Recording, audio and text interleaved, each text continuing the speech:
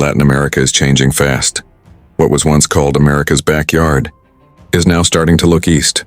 Just 20 years ago, China barely had a presence here. Today, it's South America's largest trading partner. In Brazil alone, trade with China has exploded to over $180 billion. That's more than twice the trade Brazil does with the United States. This shift didn't happen by accident. It's part of something much bigger. China used to buy most of its soybeans from American farmers. Now, its main supplier is Brazil. Instead of soldiers and sanctions, China sends loans, engineers, and construction crews. Since 2005, Beijing has poured hundreds of billions of dollars into Latin America. They're building ports in Peru, lithium mines in Chile, and even a space tracking station in Argentina. While Washington argues about politics, Beijing is busy building influence. For decades, America called the shots in Latin America. If you played by Washington's rules, you got loans and support.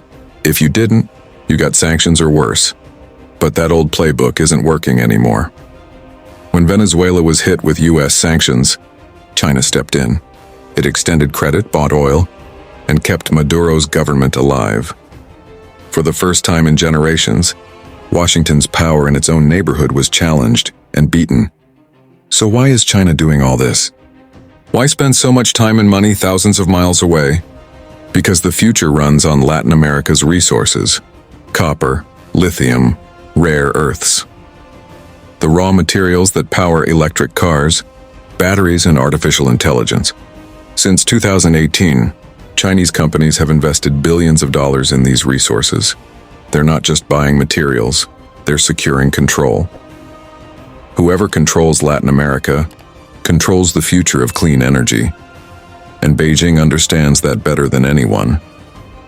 For China, this isn't just about trade, it's survival. After decades of growth, cheap labor and exports aren't enough anymore. Wages are rising. The old model is running out of road.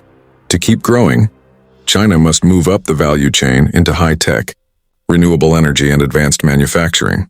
But those industries need metals like lithium and copper, and Latin America has more of them than anywhere else on Earth. That's why China is moving fast, because if it misses this window, it may never catch up. For the United States, this shift is dangerous. If Beijing controls the supply of critical resources, it controls the foundation of America's future industries, from green energy to defense technology. This isn't about warships or missiles. It's about ports, power grids, and supply chains. And little by little, America's influence is slipping away. But there's another side to this story. For Latin America, China's arrival has opened new doors. For decades, Washington was the only option for loans and aid. Now, countries can play both sides and negotiate better deals. For the first time in a long time, they have leverage. Still, there's risk. Dependence on Beijing could become another kind of trap. If China stops buying, economies could collapse overnight. That's the fine line Latin America now walks between opportunity and dependence. Meanwhile, America is finally waking up. A new push is underway to rebuild domestic mining and resource production. In Alaska, new projects like the Whistler Gold and Copper site are becoming key to America's strategy. Gold, silver, and copper prices are near record highs, and Washington is realizing that controlling these resources at home may be the only way to stay competitive. Because in the next decade, the superpower that controls resources will control the world. Latin America was once a stage for empire. Today, it's the stage for the future.